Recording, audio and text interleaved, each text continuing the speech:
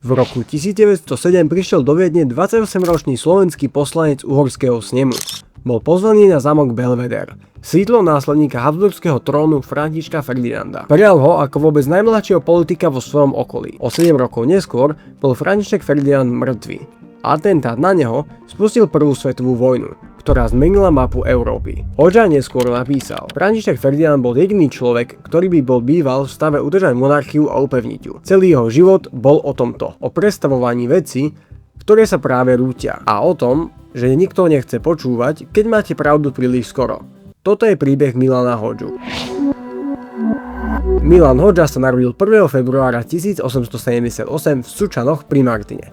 Otec Ondrej bol evanjelickým farárom a bratrancom Michala Miloslava Hoďu, blízkeho spolupracovníka Ľudovíta Štúra. V tejto rodine bolo národné povedomie nielen tradíciou, ale živou každodennou praxou. Na gymnáziu v Šoproni, maďarskej škole, kde sa slovenský žiak ocitol pod tlakom asimilácie, to vydržal len niekoľko rokov. Potom ho vylúčili. Nie za prospech, za prejavy národného presvedčenia. Odišiel dokončiť štúdium na nemecké gymnázium do Sibiu v dnešnom Rumunsku. Toto bol vzorec, ktorý sa bude opakovať celý život. Hoďa mal pravdu príliš skoro.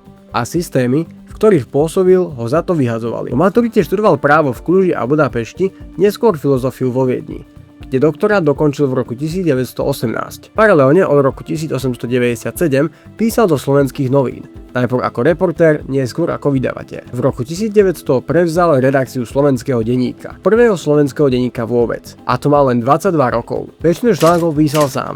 V niekoľkých týždňoch zvýšil náklad na 4000 výtlačkov, celý čas pod dohľadom uhorských úradov.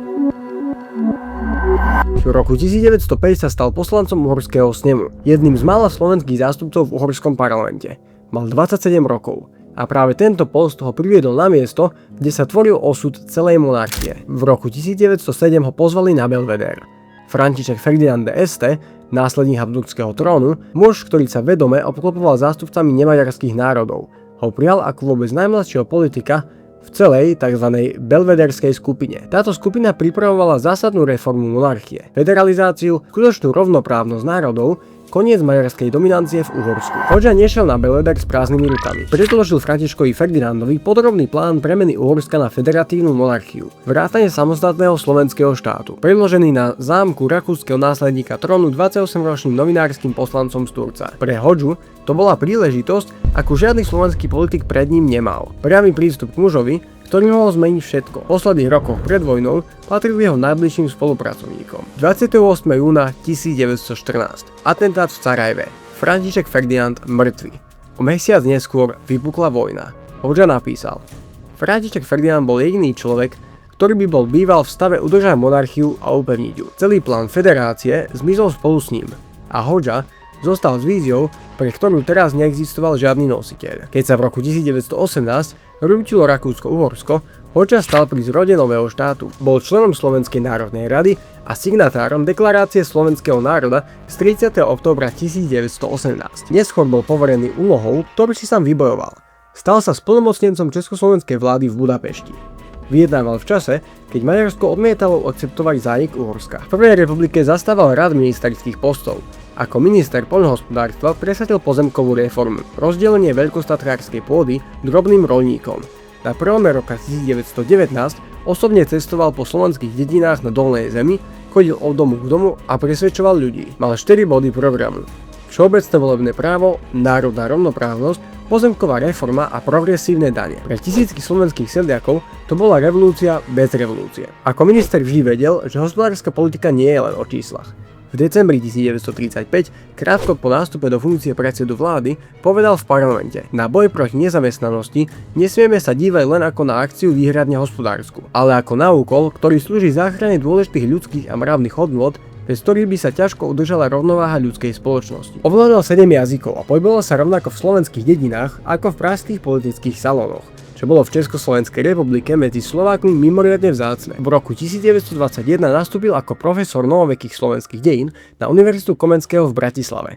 Profesor, poslanec, minister. To všetko naraz. V roku 1935 sa Hoďa stal predsedom vlády Československa, vôbec prvým Slovákom na tomto poste. Mal 57 rokov a v politike bol takmer 4 desaťročia. Ako predseda vlády sa vrátil k myšlienke, ktorú nosil od čas Belvederu. Federácia stredoeurópskych štátov. V roku 1936 a 1937 pracoval na pláne hospodárskej spolupráci Československa, Rakúska, Maďarska, Rumunska a Jugoslávie. Preferenčné clá, koordinovaná hospodárska politika, zárodok skutočnej stredoeurópskej integrácie. Bol to projekt, ktorý bol pred svojou dobou od 10 ročia. Ani tentokrát ho nikto nechcel počúvať. Francúzsko sa obávalo o vlastné záujmy, Nemecko projekt aktívne sabotovalo, malé krajiny nevedeli prekonať vzájomné antagonizmy. O svojej vízii raz povedal lakonicky: uvidíme, až jedného dne budú všichni k tejto myšlence utíkať. September 1938. Mníchov. Hodžova vláda musela prijať ultimátum. Odstúpiť pohraničné oblasti Hitlerovi. Hodža nesúhlasil s kapituláciou a bol v priamom konflikte s Benešom o tom, ako postupovať. 22. septembra 1938 podal demisiu. Republika padla. Hodža nie. Po Mníchove odišiel do Švajčiarska liečiť sa. V novembri 1939 prišiel do Paríža a urobil niečo, čo mu Beneš nikdy neodpustil. Založil Slovenskú národnú radu ako vrcholný orgán slovenského zahraničného odboja a stal sa jej predsedom. Bol to priamy konkurent Benešovej exilovej vlády v Londýne. Hodžová pozícia bola jasná. Slovensko musí byť po vojne skutočne rovnocenným partnerom, nielen deklaratívnou časťou unitárneho štátu. 3. Rovnocenné národy. Česi, Slováci a Rusíni. S vlastnou samosprávou v kľúčových oblastiach. Beneš bol zásadne proti a mal nástroje, ktoré Hodža nemal. Keď Nemci dobili Francúzsko a Hodžova Slovenská národná rada sa presúvala do Londýna, stalo sa niečo, o čom sa dlho nehovorilo.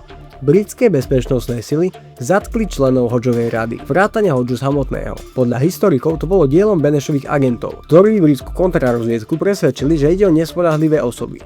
Vlastný prezident v exile zabezpečil zatknutie muža, s ktorým mal len politické nezhody, rukami britskej bezpečnostnej služby. Hodža bol napokon prepustený. Beneš mu ponúkol bezvýznamnú funkciu v štátnej rade. Titul bezmoci. Hodža ho odmietol a odišiel do USA. V Londýne, kde mohol ako predseda vlády a tvorca republikovej hospodárskej politiky zohrávať kľúčovú rolu v exile, bol prakticky odstavený. Dielo muža, ktorému vďačil za to, že sa vôbec stal prezidentom. Hodža bol totiž jedným z kľúčových architektov Benešovho prezidentského zvolenia v roku 1935. USA Hodža prednášal na univerzitách, písal, organizoval krajinské hnutie. V roku 1942 vydal v Londýne knihu Federation in Central Europe, v ktorom kompletne zhrnul svoju celoživotnú víziu. Jadro jeho myšlienky bolo jednoduché. Zjednotenie suverénnych a rovnoprávnych národov vo voľnom združení v záujme vlastnej bezpečnosti a väčšej prosperity. Napísal to v roku 1942, keď Európa horela.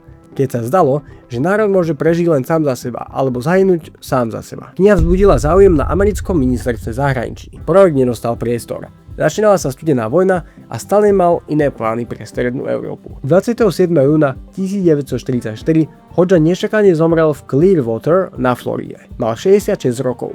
Pochovaný bol na Českom národnom cintoríne v Chicagu. Vo svojej poslednej vôli vyjadril jediné želanie: pochovajte ma doma v rodnom Turcii. Trvalo to 58 rokov. 27. júna 2002, presne v deň výročia jeho smrti, priletel vládny špeciál z Chicaga do Bratislavy. Telesné pozostatky Milana Hodžu a jeho manželky Ireny boli uložené na národnom cintoríne v Martine. Komunistický režim ho celé 10 ročia vymazával z učebníc. Muž, ktorý bol prvým slovenským predsedom vlády, jedným z prvých propagátorov európskej integrácie a autorom vízie, ktorú Európa naplnila až o 50 rokov neskôr, bol pre komunizmus príliš demokratický, príliš slovenský, príliš prozápadný naraz. Milan Hodža bol vylúčený z gymnázia za slovenské presvedčenie. Prišiel o svojho spojenca, Františka Ferdinanda, skôr než mohol čokoľvek zmeniť. Bol zatknutý Britmi na podnet vlastného prezidenta. Zomrel v exile bez toho, aby sa dožil slobodného Slovenska.